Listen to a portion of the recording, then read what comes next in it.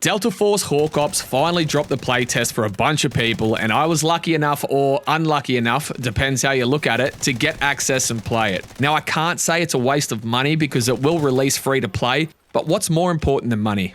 Time. So is it worth yours? Let's find out.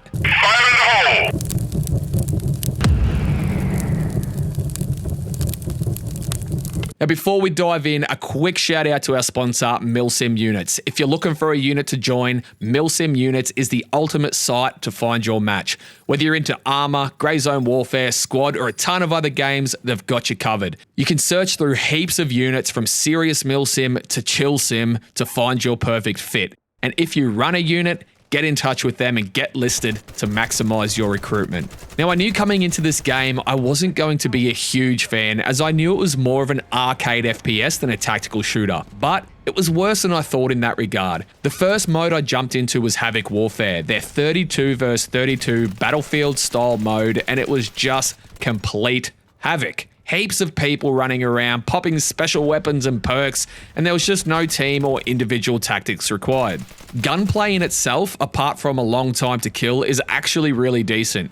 Recoil feels good and attachments make a big difference. And speaking of attachments, there is a crazy amount of weapons and attachments to unlock compared to a game like Battlefield. And to go hand in hand with gunplay, the animations look really slick. Graphics are about what I expected from a game in 2024, which is a good thing, and sounds were crisp as well with great 360 audio and the ability to hear where the footsteps were coming in. UI is clean and easy to navigate and a lot more user-friendly than some of these other games I've reviewed lately, and the game has implemented a ton of great quality of life improvements. One thing that really stood out to me is I was running this on extreme graphics while recording in 4K, and the game was still smooth as butter, setting on 100 frames plus. The game is clearly well optimized, which is good to see after the last few games have been less than ideal. Basically, if you like Battlefield 2042, you'll most likely like this game, and it's free to play, so if you're into that style, then it's definitely worth your time. The free to play aspect is a little concerning as well, so we'll keep an eye out on how they plan to monetize this one. Fingers crossed it's not pay to win,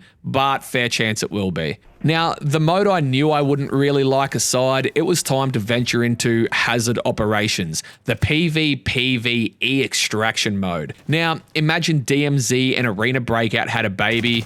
Well, that's Hazard Operations.